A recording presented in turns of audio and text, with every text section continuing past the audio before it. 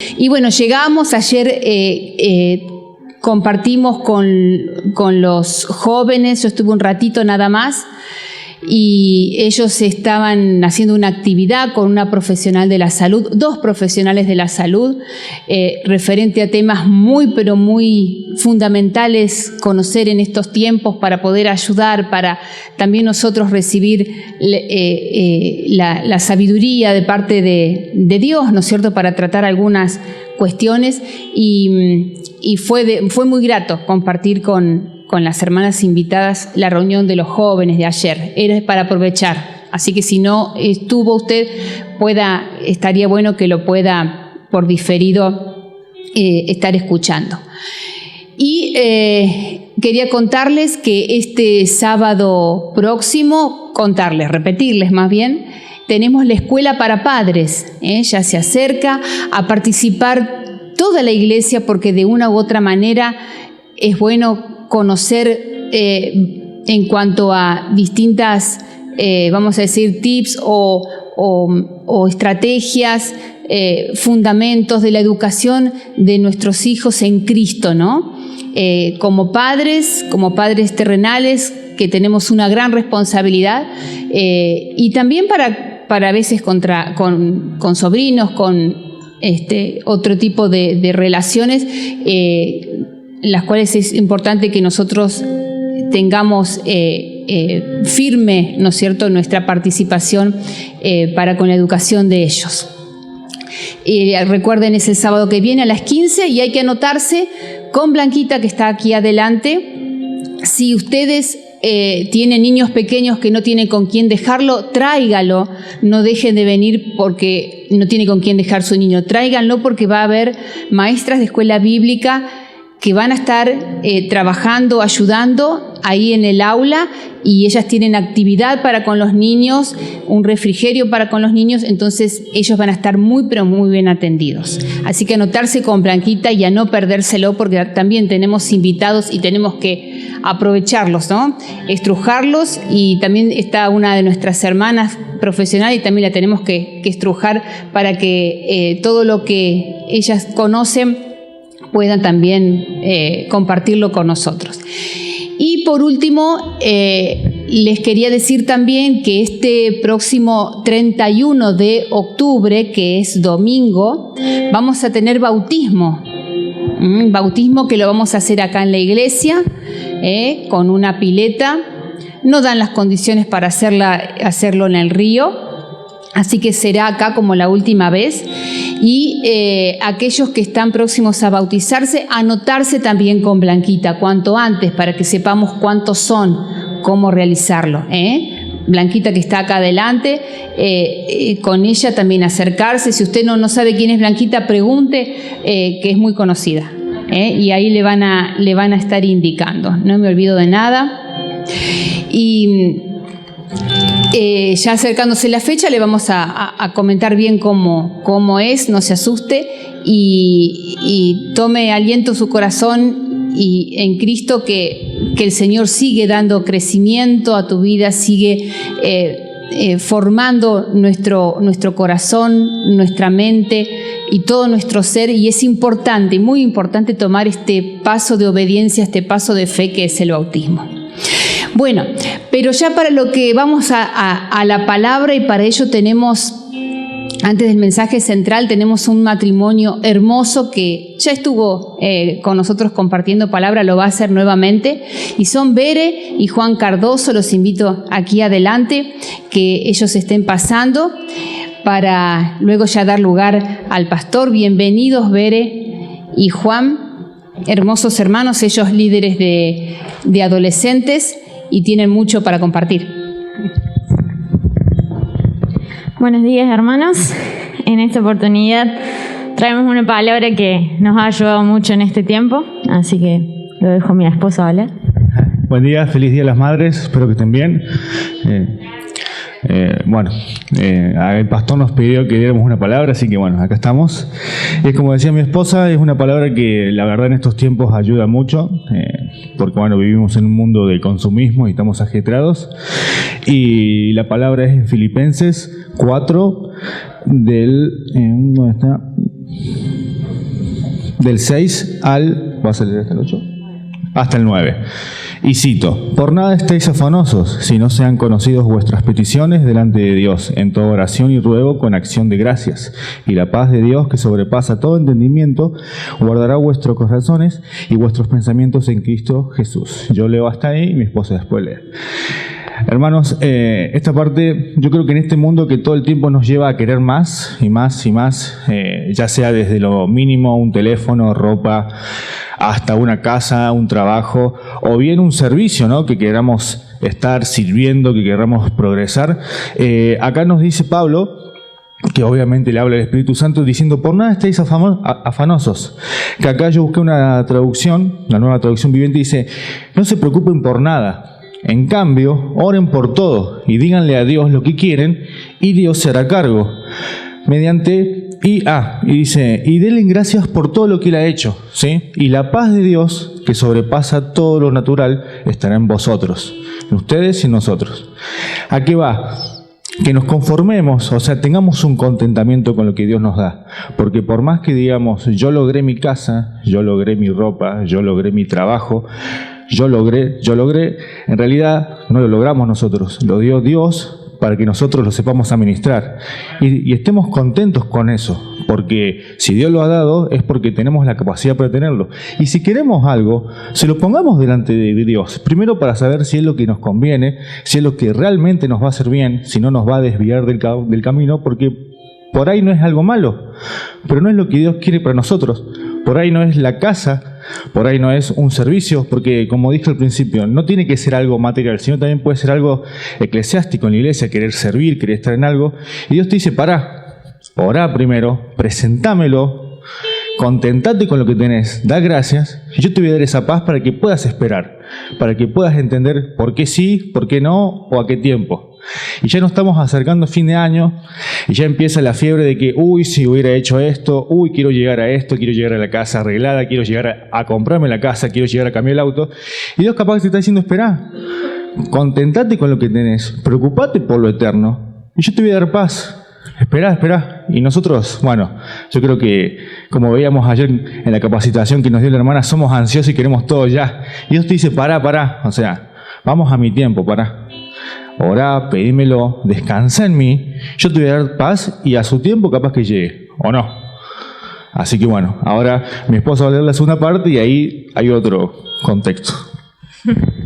Bueno, me gusta mucho de que Filipenses justamente sea una carta para una iglesia, ¿no? Y Pablo les está diciendo: no se preocupen por nada, sino que presenten estas cosas en oración. Y qué importante que como iglesia podamos estar velando los unos por los otros en oración. Particularmente nosotros estuvimos sufriendo mucha incertidumbre con el trabajo y los pensamientos de como que empiezan a revolotear en la cabeza, y si uno les da cabida se empieza a anidar, ¿no? Toda esa preocupación, esa incertidumbre, la angustia.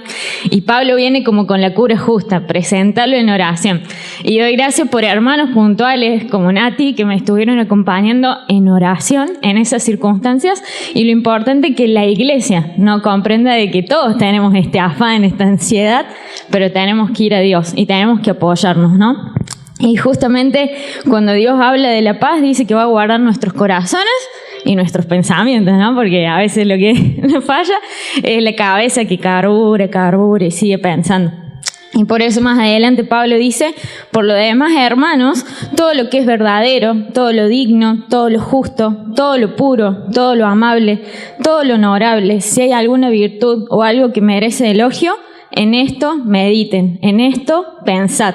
Y es un mandamiento, ¿no? En esto tenemos que pensar. Y humanamente, en lo débiles que somos, tendemos a pensar en lo catastrófico. Veíamos ayer en el taller, somos autorreferenciales y todo me pasa a mí, esto solamente me pasa a mí, estoy solo, nadie se acuerda de mí, ¿no? Y también somos negativos en esas circunstancias. Pero Pablo nos hace una lista bien larga para que nos acordemos de que si estamos en una situación en la que estamos preocupados por distintas cosas, recordemos que tenemos que pensar en esto, en lo bueno, en lo agradable, en lo verdadero. Y cuando pensamos en esto de lo verdadero, recordemos las promesas de Dios que tenemos en su palabra. Porque en esas situaciones, cuando vamos por el valle de sombra de muerte, la palabra de Dios es la que va a infundir aliento a nuestro corazón. Y Pablo se pone como ejemplo, dice: lo que también han aprendido y recibido y oído y visto en mí, esto practican, y el Dios de paz estará con ustedes. Qué tremendo, ¿no? El Dios de paz estará con nosotros, y nos alegramos de ver ejemplos piadosos aquí dentro de la iglesia, de personas que perseveran en la fe y que a pesar de las tribulaciones, de las pruebas, pueden mostrarse firmes y confiados en el Señor. No que no vengan esos pensamientos, ¿no? Pero sí que saben ir a Dios y presentarlos en oración. Así que si vemos ejemplos lindos de fe dentro de las iglesias, los imitemos. Así como Pablo se puso de ejemplo, agradecemos por estos hermanos también que son fieles y perseveran y nos sirven de ejemplo a los que venimos atrás, ¿no? Así que bueno, esto era lo que queríamos compartir, hermanos. Espero que sea de bendición y de provecho para sus vidas.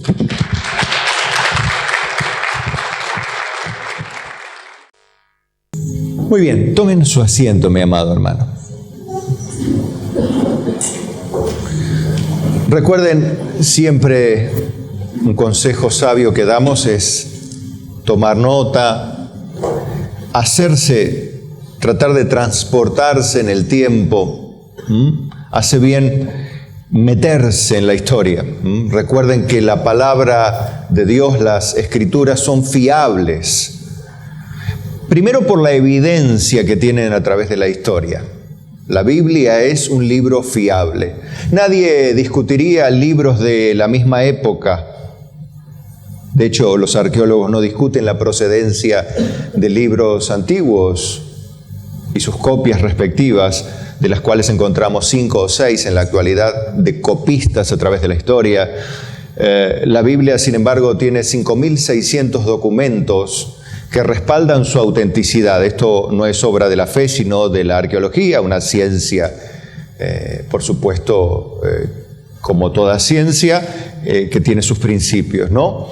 Y esto, a su vez, a través de la crítica textual, encontramos lo que hoy vemos son las traducciones de los diversos originales, tanto en hebreo y griego.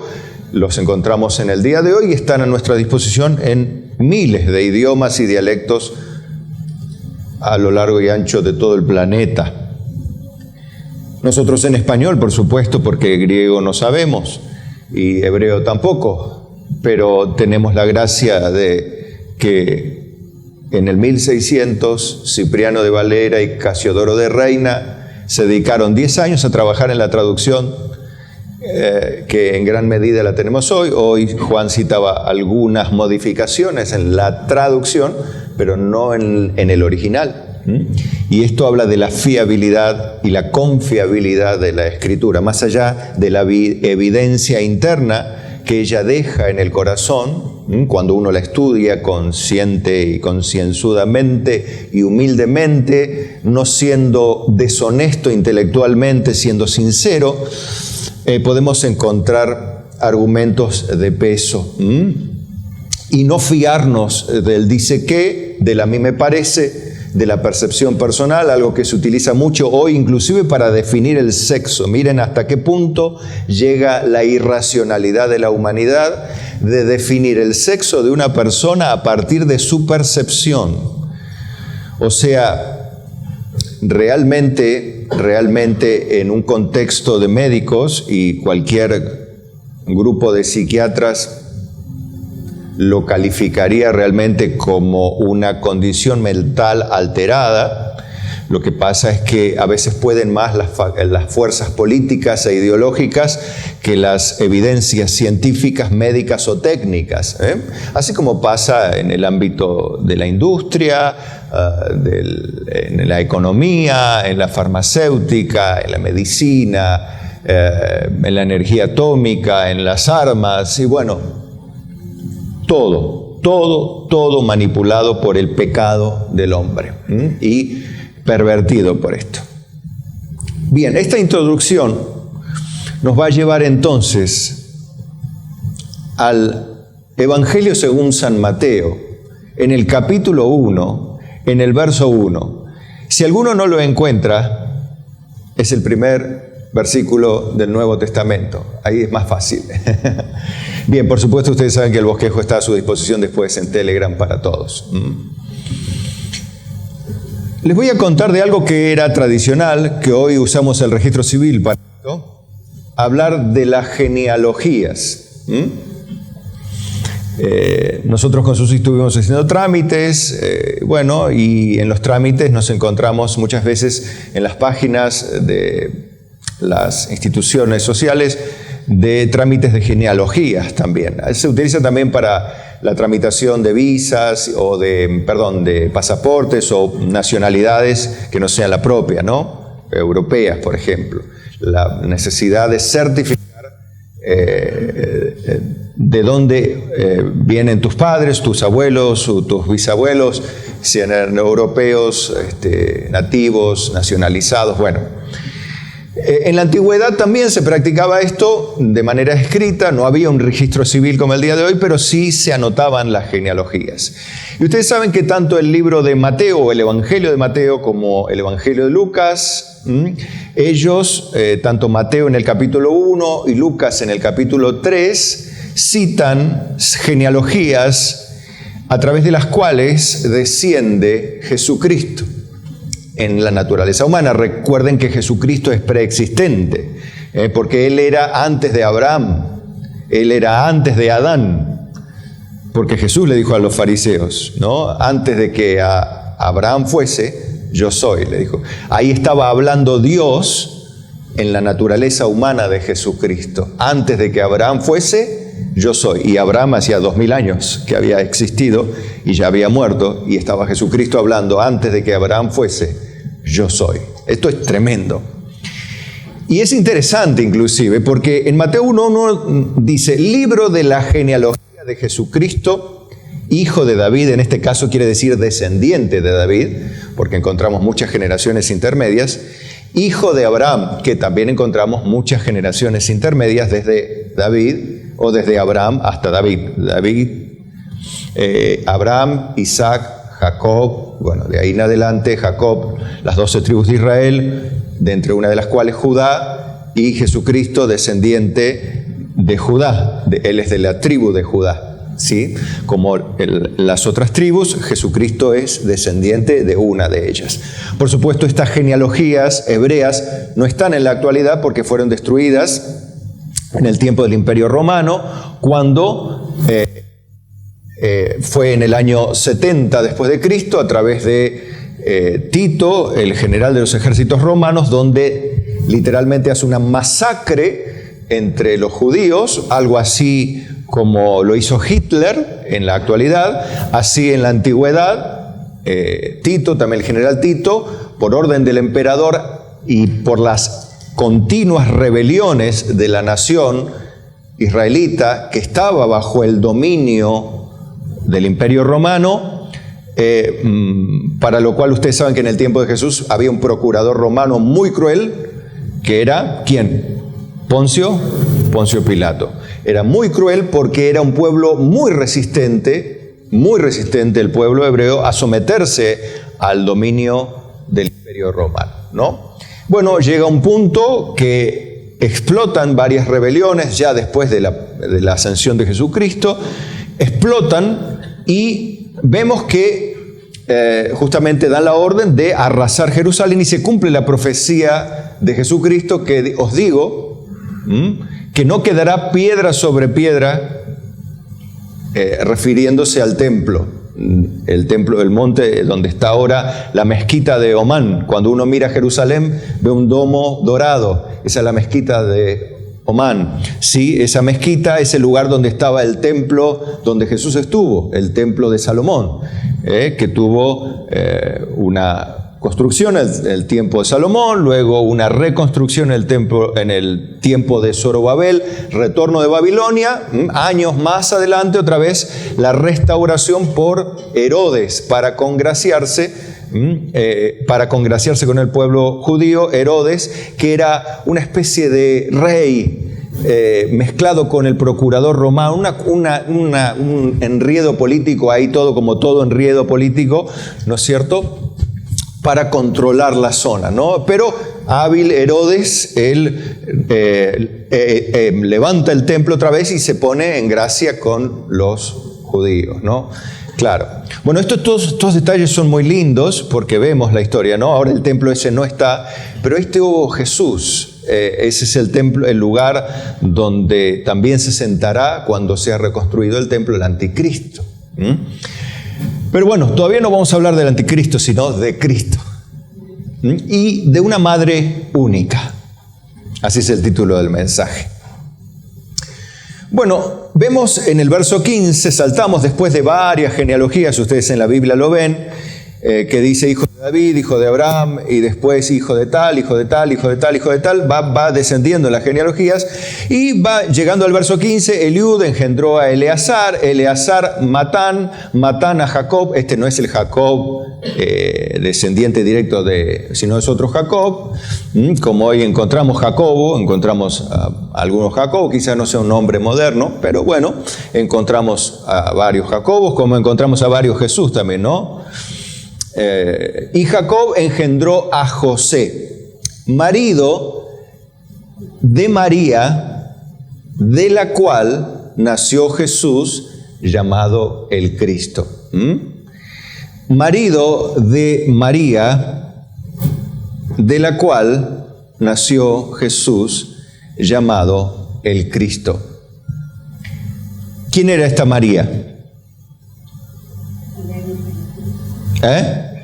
La Virgen María. Ese es el primer punto. ¿Y de cuál va a ser la madre única de la cual vamos a hablar hoy? De María, la Virgen. Porque por allí se hablan, no entendiendo las Escrituras, dicen los evangélicos no creen en la Virgen.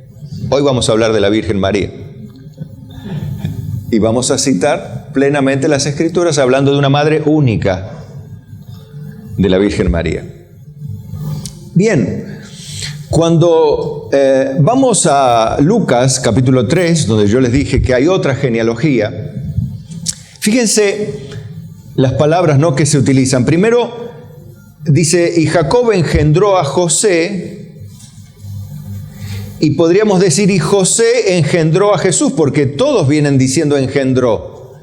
Menos en el último punto donde dice, y esto quería que lo tengan en cuenta, donde dice marido de María, de la cual nació Jesús. No dice que José engendró a Jesús, como pasó con Jacob, que engendró a José, el carpintero. ¿Sí? Bien, cuando vamos a Lucas 3:23 dice, Jesús mismo al comenzar su ministerio era como de 30 años, cuando entra en acción. Él abandona, digamos, en un sentido práctico, no afectivo, su casa nativa y todas las prácticas que con su padrastro, digámoslo así, o su padre terrenal, José, él era el carpintero. Este no es Jesús el carpintero, hijo de María, de José, ¿recuerdan? Bueno, bien. Jesús al comenzar su ministerio era como de 30 años, hijo, según se creía, de José, hijo de Elí, hijo de Enós. Bueno, saltamos, ¿no? Hijo de Elí. Este Elí no es el sacerdote Elí, por supuesto, es un Elí, como hay tantos Carlos, como hay tantos Pedros, como hay tantas Marías, ¿no? Mi esposa, de hecho, se llama María, y seguramente acá habrá algunas Marías. Mi esposa es María Susana, pero le decimos Susi. Bueno, y en el verso 38, fíjense que Lucas, en este caso el médico, porque Lucas era médico, él era más preciso, él se remonta directamente en el verso 38, dice, hijo de Enós, hijo de Set, hijo de Adán, hijo de Dios. Hasta allí viene la genealogía de Jesucristo. Uno cuando ve Lucas, ve que viene el árbol genealógico desde Adán hasta Jesucristo, ¿no? Ahora, hay una pequeña diferencia, este es un detalle de color que les doy, porque alguno puede decir, pero acá hay una contradicción en los evangelios. ¿Por qué? Bueno, esto es un análisis más teológico que práctico, pero quiero dejárselo porque si alguien se lo apunta. En el medio de la genealogía hay dos genealogías, porque si uno analiza la genealogía de Mateo, no es la misma genealogía que la después de Abraham, ¿no? Hablando de Abraham para abajo, no es la misma que la de Lucas. Lucas arranca con Adán, Mateo arranca con Abraham, pero en el camino unos van por los reyes de Israel y el otro, en David, mueve la genealogía y va por otro hijo que se llamaba Natán. Recuerden que Natán fue el profeta que reprendió a David por su pecado, pero, a ver si me siguen y no se pierden, ese Natán era el nombre como el de cualquier hijo, que le pone el nombre de alguien que aprecia. Bueno, valoró mucho David el nombre del profeta Natán, al punto que le puso a uno de sus hijos Natán. Ese Natán a su vez se hace grande, tiene otros hijos y ahí viene otra genealogía que llega hasta José. Y en el medio de la de Lucas está Jeconías. Pero Jeconías, rey de Israel, tenía una maldición que Dios le dijo por su inconducta que no se sentaría de su descendencia nadie en el trono de Israel. Por lo tanto, uno dice, aquí hay una incongruencia en la Biblia, ¿sí? Porque Jeconías no puede estar en la genealogía de Jesús porque Dios lo había maldecido. O Dios se equivocó o la Biblia tiene error. Pero como la Biblia nunca se equivoca, si siempre hay que investigar para encontrar la solución, por supuesto la solución está en el hecho de que tanto Mateo como Lucas convergen en José para que de alguna u otra manera llegue el derecho de Jesucristo de ser rey sobre Israel. Jesús, les leo acá un detalle, una nota, no puede ser descendiente de Jeconías, dice, por justamente la maldición que Dios hace sobre Jeconías por su infidelidad absoluta, ¿no? Ahí podemos comparar la genealogía en Mateo con la que vemos en Lucas 3. Si buscamos a Zorobabel, recuerden Zorobabel que les conté que era uno de los que emprendió en el tiempo del profeta Ageo. Miren, estoy paseando por toda la historia de la Biblia, ¿no? La reconstrucción del templo, la primera reconstrucción del templo de Salomón. Es ese, el que está en el cautiverio, el Zorobabel del cautiverio, después del cautiverio, ¿no? Por ahí debe estar Jeconías, pero no está, dice. Y vemos que el hijo de David en Lucas 3:31 es Natán y no Salomón. Pues Salomón reinó sobre Israel, pero de la descendencia de Salomón viene Jeconías y no puede. Entonces va por Natán.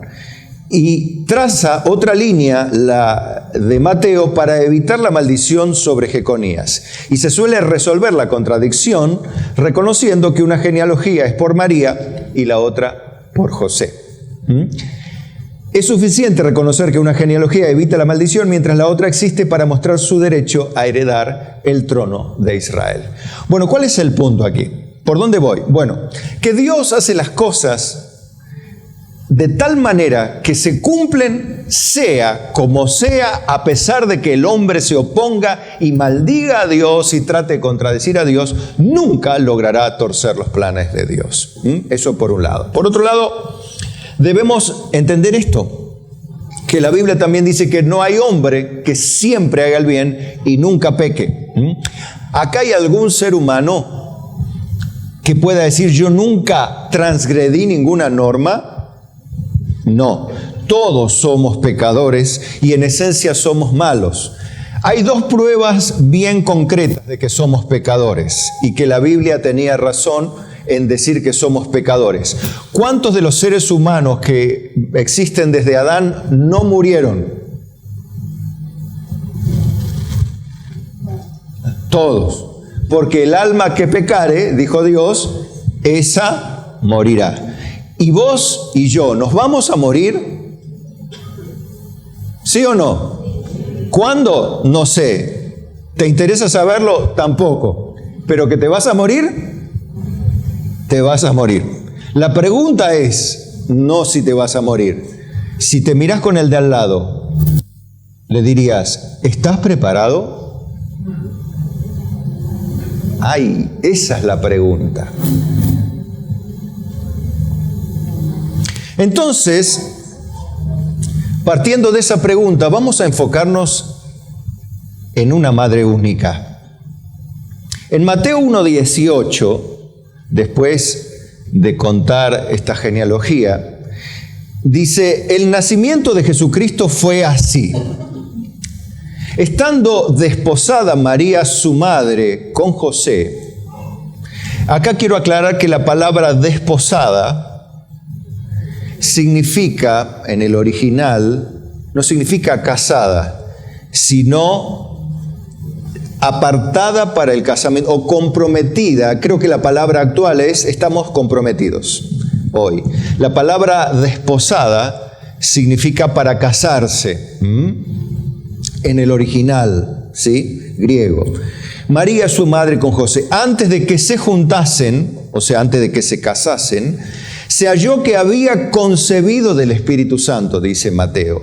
José, su marido, como era justo, justo en este caso no quiere decir sin pecado, sino recto. ¿Vieron que hay personas que son muy rectas? ¿Sí? Nosotros a veces transgredimos normas, pero hay personas que verdaderamente es difícil que transgredan una norma porque son muy responsables y respetuosas de las normas. Cosa que haría bien que así viviríamos en una sociedad mucho mejor. Bueno, siempre hubo personas rectas, no perfectas, ¿sí? Porque todas mueren. Es un hecho de que todas mueren. Bien, otra de las evidencias que decía que somos pecadores, cuando nosotros éramos niños, ¿nos enseñaban a hacer el bien o a hacer el mal? Porque el mal, ¿qué? Lo hacíamos solos. Eso quiere decir que brotaba de nuestra tendencia pecaminosa, no de de lo que aprendimos. Por eso somos pecadores y naturalmente estamos perdidos a causa de nuestro pecado. Somos ya condenables al infierno eterno, no por nuestra buena conducta, porque de hecho buenas cosas todos hemos hecho en la vida, ¿no? ¿O sos el diablo vos? ¿Alguno es el diablo aquí? Le invitaría a que se retire si es tan amable, pero creería que no. Algo de bueno tenemos, pero el problema no es el algo de bueno que tenemos, sino los delitos que cometimos. Los delincuentes son condenados no por sus buenas obras, sino por ¿cuáles? Por los delitos cometidos, que la justicia reclama que reciban su justa retribución.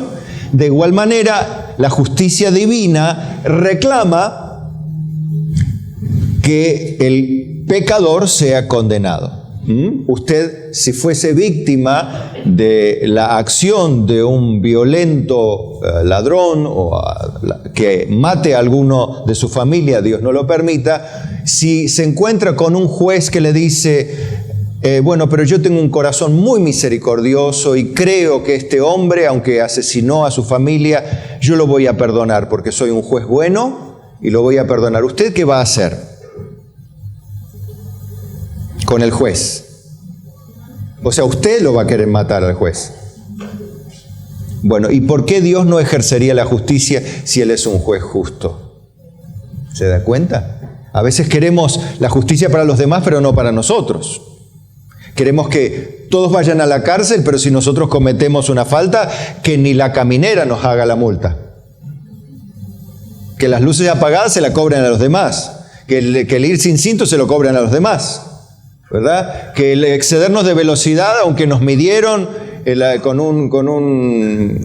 un radar, nos midieron y nos demuestran que pasamos la falta, pero nosotros nos enojamos con el policía, que le cobren la multa a los demás. ¿Por qué? ¿Por qué hacemos así? Porque somos pecadores. Bien, José, su marido, como era justo y no quería infamarla, o sea, la amaba a María, quiso dejarla secretamente. Porque ustedes saben, ¿qué le pasaba a una mujer no casada que estaba embarazada? ¿Qué significaba si no estaba casada? ¿Qué pecado había cometido? ¿Adulterio o fornicación? ¿El adulterio qué es? Es la relación sexual extramatrimonial. Y la fornicación es la relación sexual cuando la persona no está en matrimonio. Bien, y la ley de Moisés en ese tiempo, ¿qué determinaba al adúltera o al pecador? La muerte. La ejecución por lapidación por piedras, en una palabra, apedrearla hasta morir. Hubo tiempos donde fue más estricta la ley, se aplicó más estrictamente, y otros tiempos donde la ley fue más aplicada, menos violentamente por los hombres. Pero ustedes saben que a Jesús le presentaron una mujer adúltera, ¿y qué querían hacerla? Apedrearla. Bien, entonces en ese tiempo todavía estaba bastante en boga el tema de apedrear a quienes querían apedrear, porque la ley se aplica después de todo a quien uno le interesa que le caiga la ley. Hay gente que la ley no se le aplica porque tiene suficiente poder como para decir, bueno, mátenlo al otro, pero a mí no me toquen, ¿sí? Pasaba hoy, pasa antes también. Bueno, pero por las dudas, esta mamá embarazada, no casada todavía, José la amaba y sabía quién era María y no quería que sea infamada. Y para eso quiso como de, bueno, rompamos el compromiso y dejemos. Bueno, y él pensando en esto, y aquí un ángel del Señor le apareció en sueños y le dijo, José, hijo de David, qué lindo, ¿no? No temas recibir a María tu mujer, porque lo que en ella es engendrado del Espíritu Santo es. Y dará a luz un hijo y llamará su nombre Jesús, porque él salvará a su pueblo de sus pecados. ¡Qué lindo! Todo esto, dice el verso 22, aconteció para que se cumpliese lo dicho por medio del profeta, cuando dijo, ¿qué profeta dijo esto? Lo que vamos a leer ahora. Isaías, el profeta Isaías. Y aquí Mateo cita al profeta Isaías. Recuerda que está Mateo 700 años después, ¿sí? Y cita al profeta Isaías. Transporte usted 2000 años atrás, 2700 entonces atrás. ¿A dónde nos lleva, pastor? Y bueno, a la prehistoria no, a la historia. Hay muchos documentos. Todo esto aconteció para que se cumpliese lo dicho por el Señor por medio del profeta cuando dijo, he aquí una virgen concebirá y dará a luz un hijo y llamarás su nombre Emmanuel, que traducido es Dios con nosotros. Y despertando José del sueño hizo como el ángel del Señor le había mandado y recibió a su mujer. Y escuche ahora a esta mamá. Pero no la conoció hasta que dio a luz a su hijo primogénito y le puso por nombre Jesús. Dos palabras que quiero remarcar. No la conoció. ¿Qué significa no la conoció? Que no tuvo relación sexual. Uno ahí obviamente no significa, ay, ¿quién es esta señora que está conmigo embarazada? No, obviamente no significa eso. La palabra conocer en la Biblia, cuando se habla de matrimonio, significa llegar a tener su primera relación física. Pero no lo hizo hasta que dio a luz a su hijo primogénito. ¿Qué significa primogénito? El primero. ¿De cuántos? ¿De uno? Y si es primogénito, si no es hijo único, pero no es primogénito, o el primer engendrado, si no es hijo único, es primogénito cuando hay por lo menos dos o más. Bien, entonces es importante remarcar estas palabras porque después más adelante en el relato histórico encontramos que María, la mamá de Jesús, y sus hermanos vinieron porque creyeron que Jesús estaba en un una cuestión que merecía la atención psiquiátrica, que estaba fuera de sí. O sea, que estaba totalmente salido de la razón. Y lo venían a buscar porque Jesús ya estaba ejerciendo el ministerio de predicar el Evangelio, mostrando a través de señales, milagros, que Él era Dios, hecho hombre, y que venía a libertar a la humanidad de sus pecados. Bien. Ahora, esto es importante también porque vemos que esta madre única tiene un hijo que es engendrado del Espíritu Santo, pero tiene hijos que son fruto de la relación amorosa, que no hay ningún conflicto. ¿Hay algún pecado en tener hijos? ¿Hay algún pecado si José se casa con María como efectivamente se casaron? Que tengan hijos. ¿Hay pecado en tener hijos? El hecho de que la Virgen María luego dejara de ser virgen en el sentido físico, ¿es algún pecado? O sea, la virginalidad continua de María no tiene sentido. ¿Por qué? Porque no hay nada malo en tener hijos. Porque Dios mismo dio la orden a Adán y a Eva antes de caer en pecado, siendo ellos perfectos, sin pecado, viviendo eternamente mientras no pecaran, porque el día que comieren del árbol ciertamente morirían. Y ciertamente comieron y ciertamente murieron. Y por cuanto en Adán mueren, todos mueren, nosotros, ¿sí? Ahora, Dios le dijo a Adán, después que le dio a Eva, le dijo, creced, fructificad y multiplicaos. Si Dios le dijo a la primer matrimonio, le dijo, tengan hijos, ¿qué malo hay en el hecho de tener hijos? ¿Qué pecado hay en el hecho de tener hijos? ¿Se da cuenta? Pero ¿y María no? ¿Por qué entonces dicen que no tuvo más hijos? Es una cuestión de tradición, no de Biblia. Es un invento de la Edad Media, pero no es algo que Dios dijo. Aparte, no tiene razón ni sentido práctico, ustedes lo ven. Pero vamos a hablar de esta mamá única. ¿Por qué? Ustedes saben que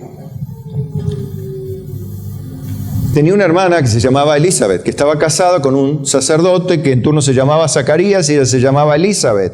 Sí, Elizabeth tuvo unos meses antes a alguien como hijo. Juan. ¿Qué Juan?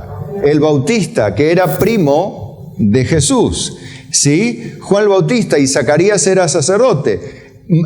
Ahora, había una particularidad que vemos muchas veces en la Biblia. ¿Qué era Elizabeth? Estéril. ¿Y qué más era? Grande.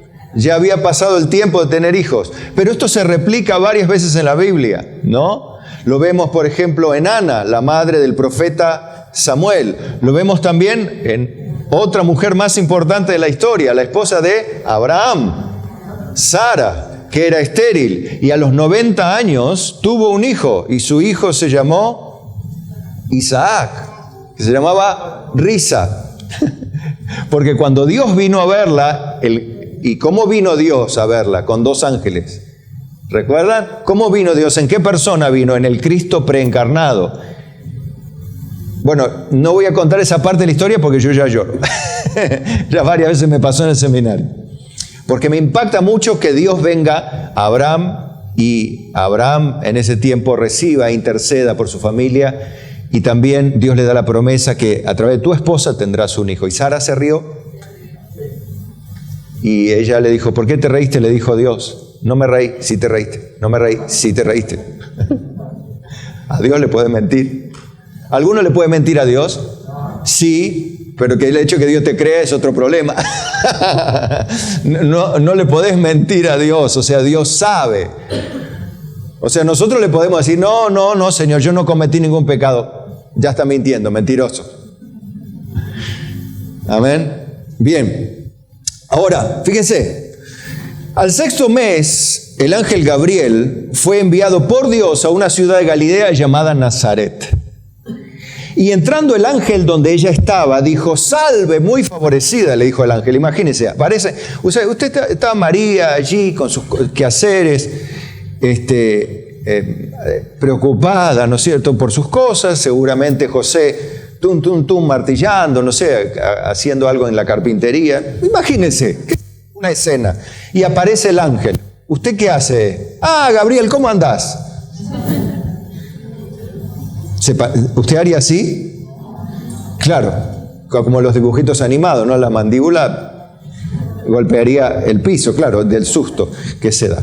Pero hace una frase muy importante, y ahí van a ver por qué en la tradición encontramos tantas frases, que todo se desvirtúa luego y pierde la verdadera esencia, el verdadero enfoque que Dios le quiso dar.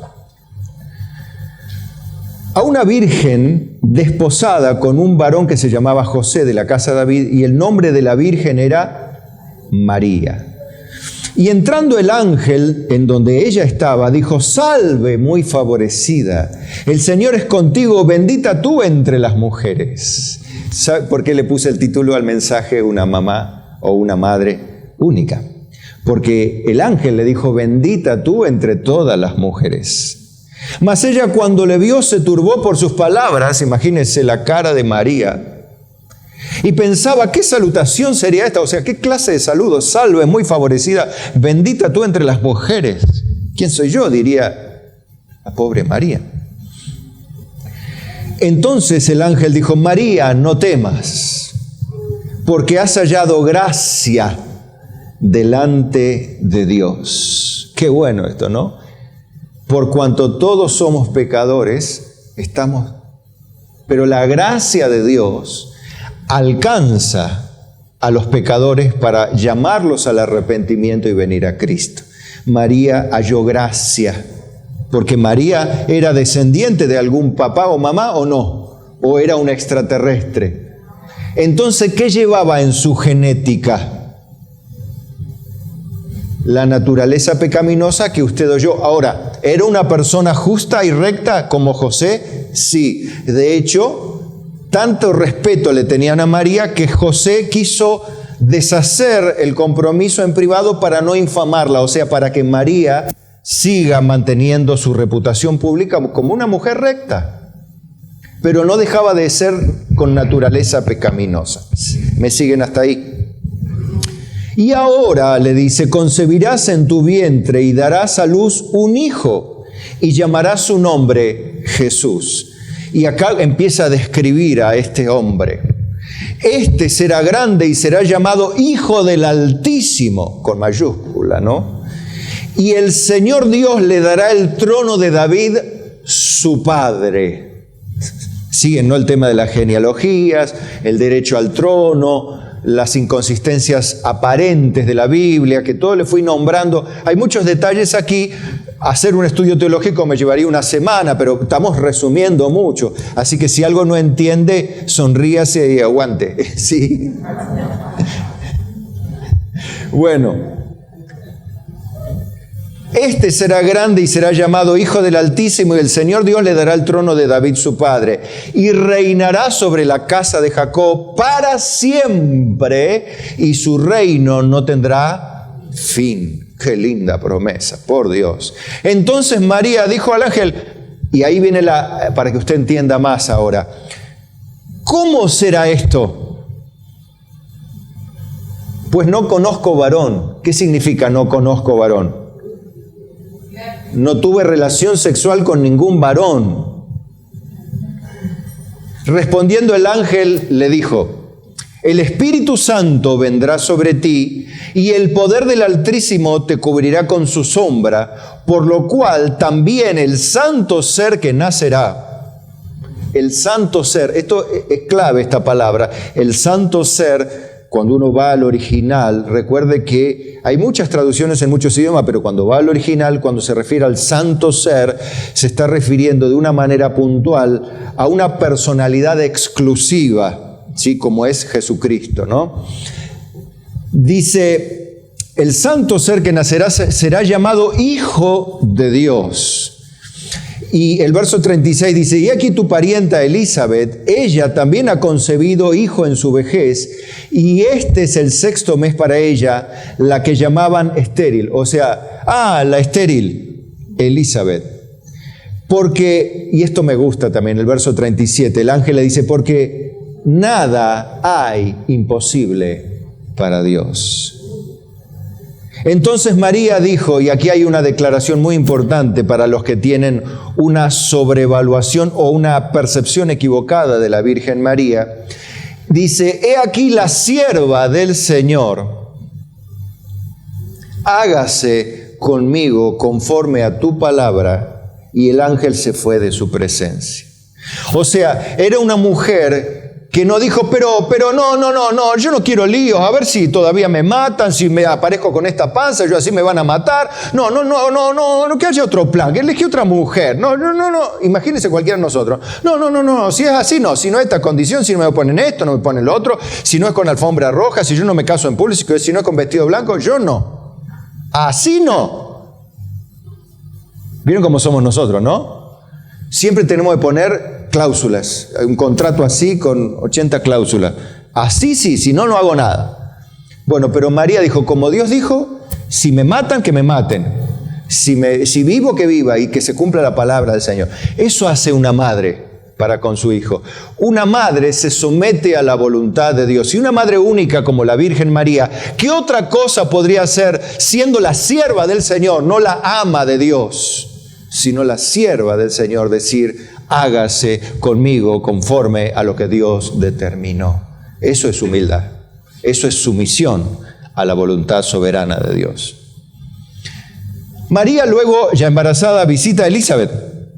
En Lucas 1:39 dice, en aquellos días levantándose María fue deprisa a la montaña, a una ciudad de Judá, y entró en casa de Zacarías y saludó a Elizabeth, ¿no? Y aconteció que cuando oyó Elizabeth la salutación de María, la criatura, María saludó, le dice, hola Elizabeth, ¿cómo está? Imagínense, ¿no? No sé cómo lo dirían en aquel tiempo en arameo, pero el arameo era el lenguaje común. Recuerden que el arameo es parecido al hebreo y que tiene que algo así. Recuerdan que es como, para que ustedes entiendan, el arameo es como la relación que hay entre el portugués y el español. Para que entiendan, nosotros entendemos español, pero cuando alguien habla en portugués, tampoco.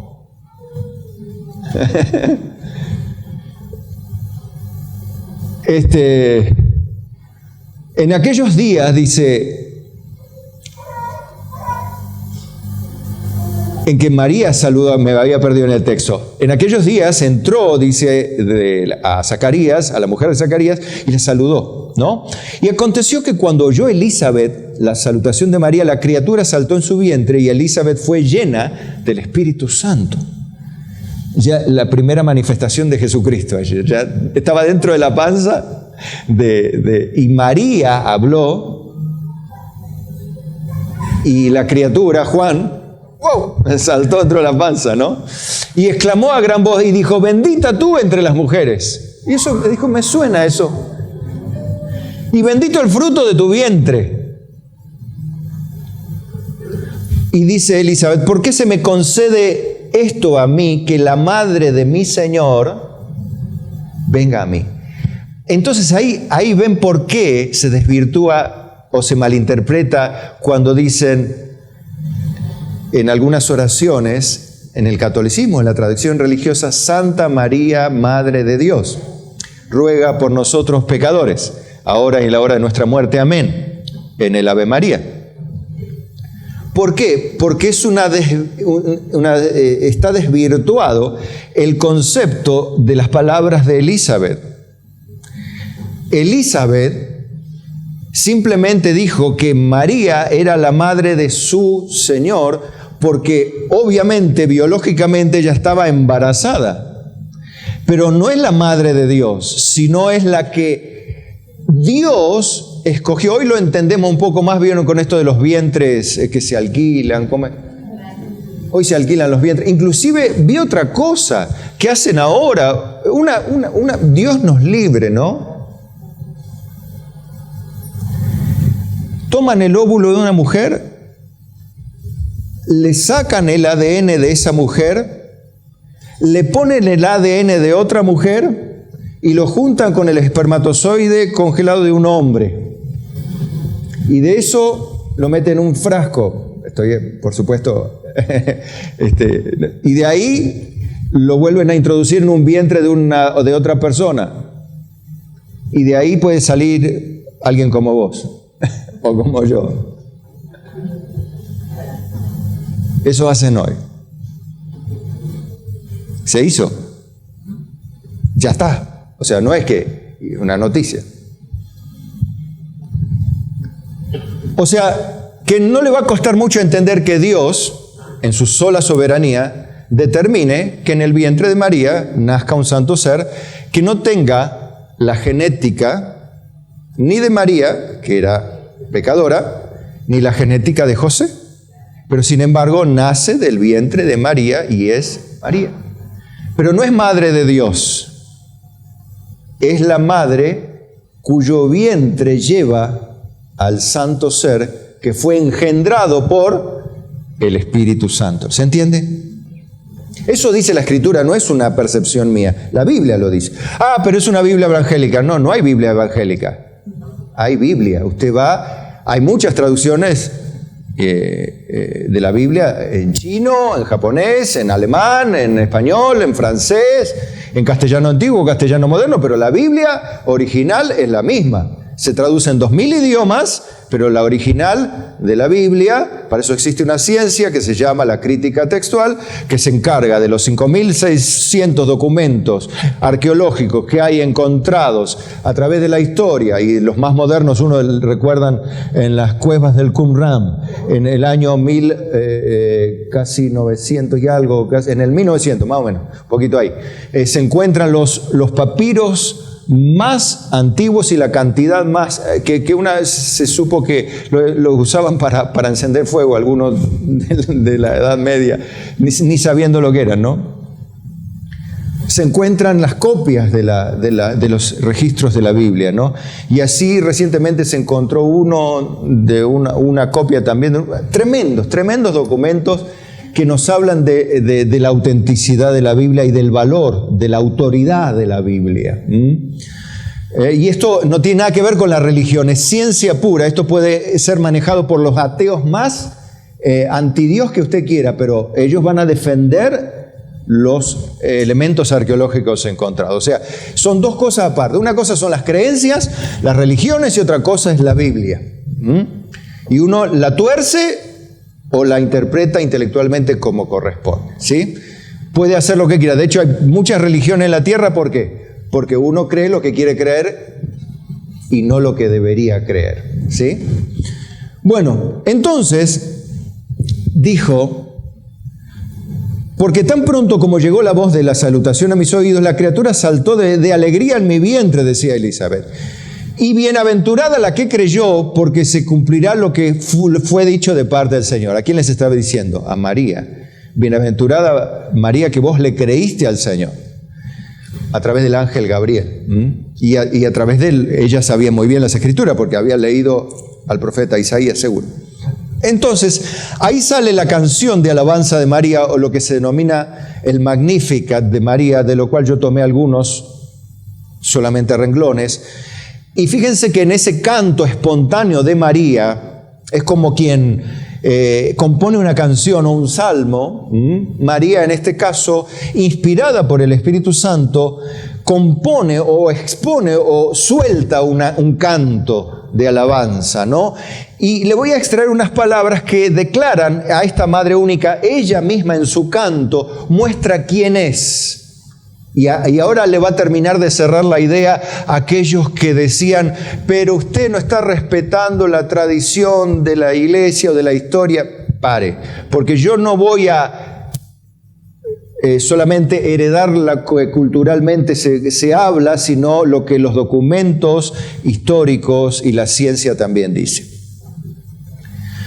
Miren, dice: entonces María dijo: engrandece mi alma al Señor, y mi espíritu, escuchen esto todos, atentos, y mi espíritu se regocija en Dios, mi Salvador. ¿Salvador de qué? ¿Para qué María necesitaba un Salvador? ¿Qué tenía? Jesús salvaría a su pueblo de sus pecados. Eso dijo el ángel. ¿Y María qué dice? Se regocija en Dios, mi Salvador, porque ella también sería salvada ¿de qué? De sus pecados. ¿A través de quién? Del fruto de su vientre, que sería Jesucristo, el Señor, Dios hecho hombre. Porque ha mirado la bajeza de su sierva, pues he aquí desde ahora me dirán bienaventurada todas las generaciones, porque me ha hecho grandes cosas el poderoso. Santo es su nombre, y su misericordia es de generación en generación a los que le temen. ¿A quiénes? A los que le temen. Qué interesante. Bueno, este canto sigue, no lo voy a citar. Bueno, ustedes saben que prosigue la historia. María tiene que correr por el censo. ¿Dónde van por el censo? Se van por el censo y se van al pesebre. Recuerdan el pesebre, lo que recordamos en Navidad, que van al pesebre, ven las vaquitas, los animalitos allí, los pastores, la noche, las ovejas. ¿Cuántas veces se hicieron a las iglesias? No sé, ¿alguno de ustedes participó en alguno de los pesebres? ¿Alguna vez hizo de vaquita, de ovejita, de pastorcito, de Jesucito, de María, de José? A ver, ¿quién estuvo en algún pesebre alguna vez? Algunos no se atreven a decir, no, yo hice de vaquita, no, o de ovejita. Bien. Bueno, los pastores y los ángeles luego de la presentación de Jesús. Escuchen esto, miren, que vamos rápido en la historia. ¿Les gusta la historia o no? Cortamos acá todo. ¿Seguimos? Seguimos con... Bueno, y esto no es una película, es la historia. Bueno, Lucas 2.8 dice, había pastores en la misma región que velaban y guardaban las vigilas de la noche sobre su rebaño. Fíjense lo que hacían los pastores. Vigilaban las ovejas, porque las ovejas, ¿qué pasa? Se extravían, necesitan ser cuidadas. Y todos los que oyeron se maravillaron de lo que los pastores decían, porque los pastores vieron, ¿no? Lo que los ángeles, aparecieron los ángeles, cantaban, paz a los hombres y buena voluntad para con los hombres. Ustedes se recuerdan de eso, lo omito porque si no, es toda la Biblia, no vamos a terminar nunca. Bueno, dice en el verso 18, pero todos los que oyeron se maravillaron de lo que los pastores decían, pero María, miren lo que hace una madre única, guardaba todas estas cosas en su corazón, todas estas cosas, meditándolas en su corazón. ¿Qué hace una madre única que teme al Señor? Medita en su palabra de día y de noche, como dice el Salmo 1. ¿Sí? Bienaventurado, ¿sí? El que no anduvo en camino de pecadores, ni en silla de escarnecedores se ha sentado, sino que en la ley de Jehová está su delicia y en ella medita de día y de noche. Y será, dice, como árbol plantado junto a corrientes de agua, que da su fruto a su tiempo y su hoja no cae. Y todo lo que hace, prosperará. María sabría seguramente el Salmo 1. No así el malo que será arrebatado como el tamo, sigue el Salmo 1, ¿no? Es hermoso el Salmo 1. Bueno, María lo sabía. Pero ella meditaba en todas las palabras del ángel. ¿Y qué hacía? La guardaba ¿en dónde? No decían, cosa de religión. ¿Qué hacía María? Fíjense cuántas personas, cuántas mujeres, cuántas mamás hay en el mundo que dicen, cosa de religión. Pero bienaventurada, le dijo Elizabeth a María, porque creíste al Señor, creíste las palabras del Señor. Y yo diría lo mismo, bienaventurado a usted, varón, o usted, mamá, o usted, o vos, nena, o como dicen las vos, chica. No le gusta que le digan a las chicas, chicas. O vos, hija querida, escuchá. Bienaventurado, hija querida, vos, o bienaventurado, madre, Bienaventurado varón, vos que crees a las palabras de Dios, porque serás salvado por Dios si le crees a Dios. Yo no te puedo salvar, yo no puedo hacer un milagro en tu vida, yo te puedo contar el Evangelio, te puedo contar la verdad, vos podés guardarlas meditándolas en tu corazón o tirarlas por la borda. María, una madre única, a la que tantas millones de personas adoran, no imitan jamás. Qué triste, ¿no? Tanto hablan de María, pero nunca hacen lo que María, la Virgen, a la cual defienden a capa y espada, nunca imitan, lamentablemente.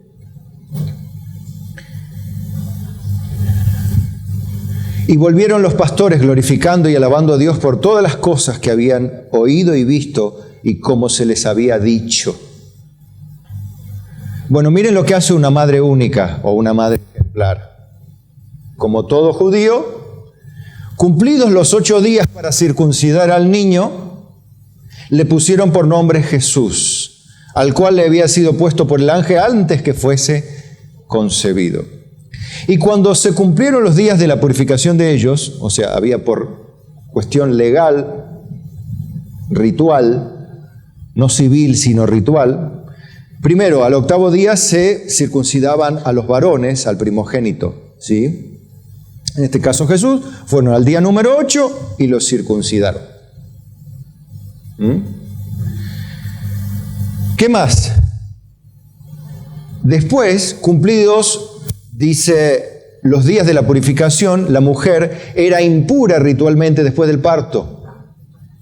Entonces, tenía que guardarse todavía para no contaminar ritualmente, a pesar de ser una mujer justa, recta, como cualquier mujer recta, ritualmente era impura hasta pasados los días luego del parto, conforme a la ley de Moisés, no la ley argentina, la ley de la internacional, ni de la Convención de la Haya, ni de nada, sino conforme a la ley judía, a la ley de Dios, en ese momento vigente. Ya la ley ceremonial no está vigente, porque ahora estamos en la ley moral de Dios, como siempre fue, y de Cristo, ¿sí? Pero trajeron, dice, conforme a la ley, le trajeron a Jerusalén para presentarle al Señor. Lo que hacemos nosotros hoy, presentar al Señor. Y cuando Jesús ya era grande, traían niños y se los presentaban y Él los bendecía. Y dice, bienaventurados los niños, porque de ellos es el reino de los cielos. Algunos presentan al niño o lo bautizan por temor que se vaya al infierno, pero el niño nunca se puede ir al infierno. ¿Por qué? Porque Jesús ya dijo que de ellos es el reino de los cielos. Ahora, lo que pasa es que cuando ya somos grandes y pecamos, ahí ya donde perdemos la condición de inocencia y somos pecadores pasibles de condenación eterna, y necesitamos todos un Salvador y ser salvados, como María también lo declaró, esta madre única. Después de haber cumplido, y esta frase cierra un poco identificando a la Virgen María, que ya obviamente no tenía necesidad, aunque bueno, todavía estaba en el periodo posparto, acá. Obviamente tener relaciones todavía no era viable, cualquier mujer lo sabe, o sea, en términos normales, sí.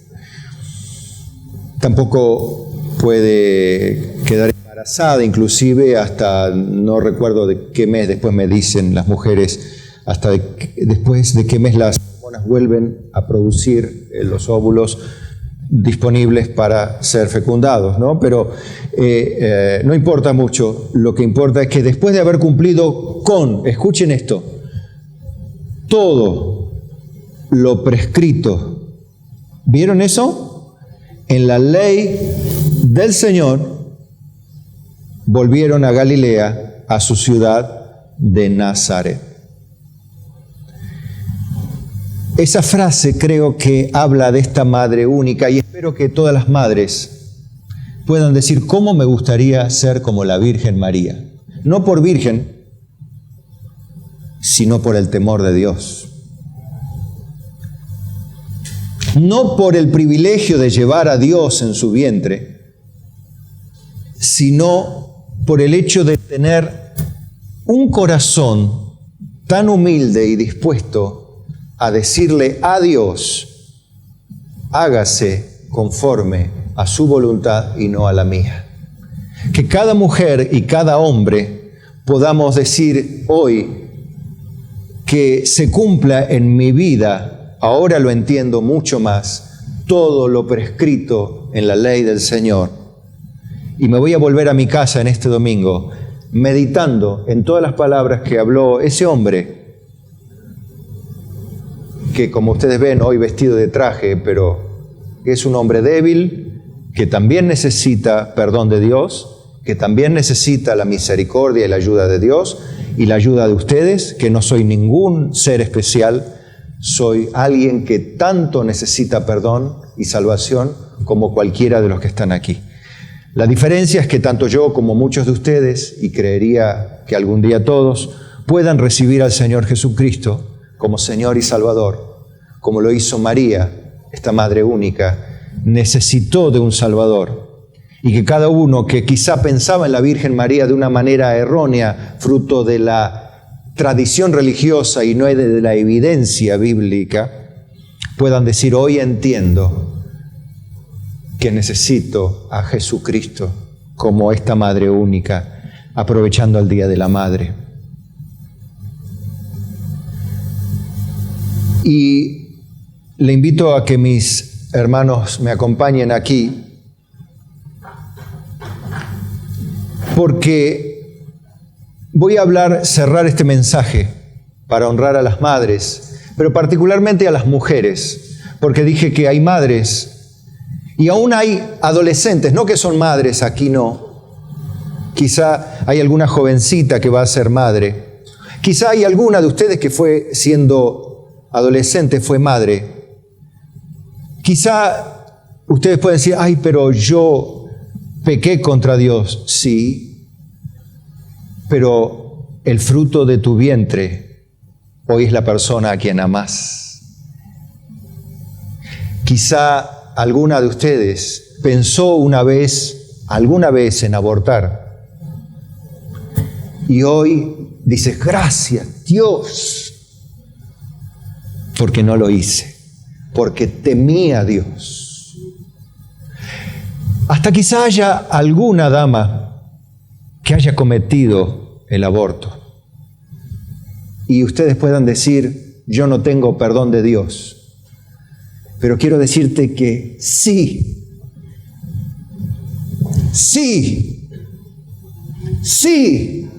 hay perdón de Dios.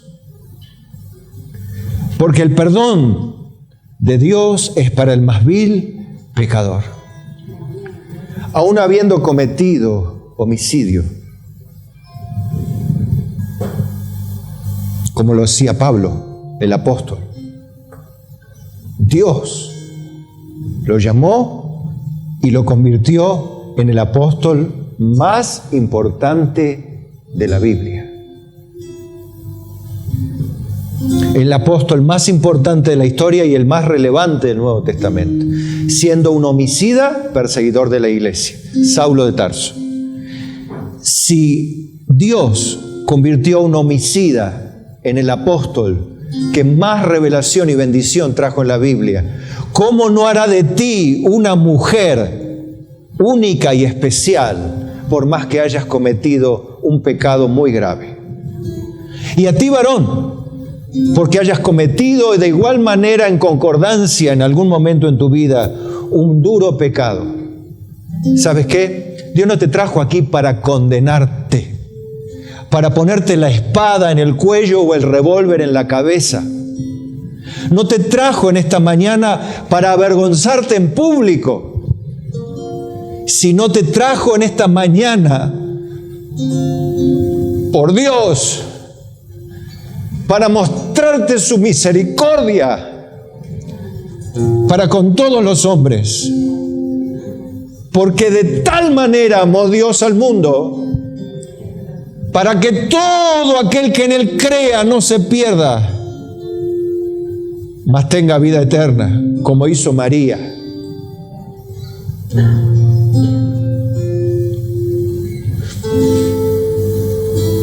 Porque Dios no envió al mundo a su Hijo para condenar al mundo, dice la Biblia, sino para que el mundo fuese salvo por él.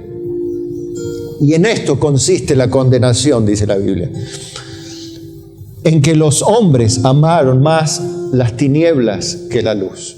Y no vienen a la luz para que sus obras no sean reprendidas.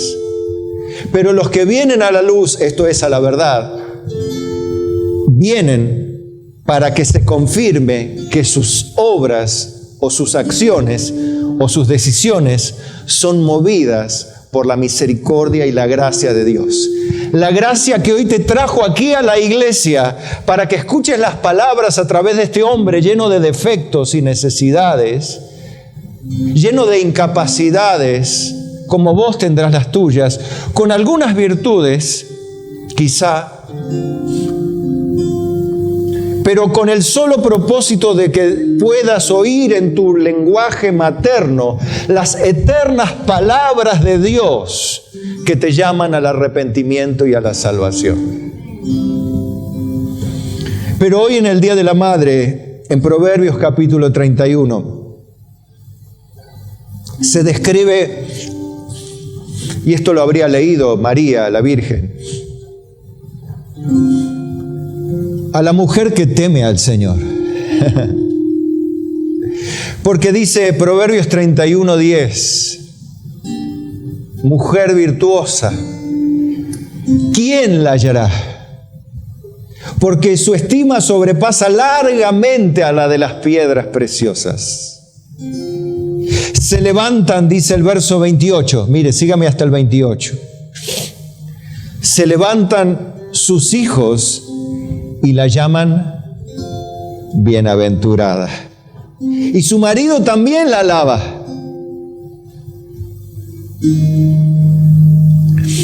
Muchas mujeres hicieron el bien. Vieron que había varias. Mas tú sobrepasas a todas. Engañosa es la gracia y vana la hermosura. Dice como diciendo la apariencia de la mujer bella inclusive, porque hay mujeres que son muy bellas.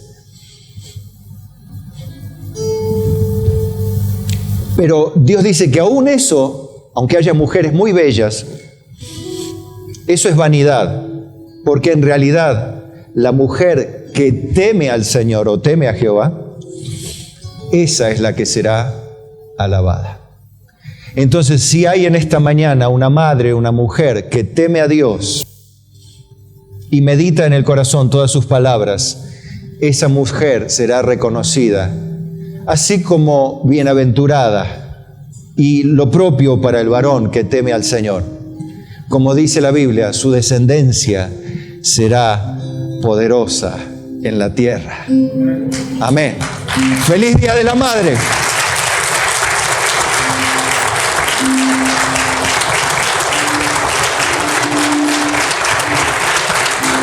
¡Feliz Día de la Madre!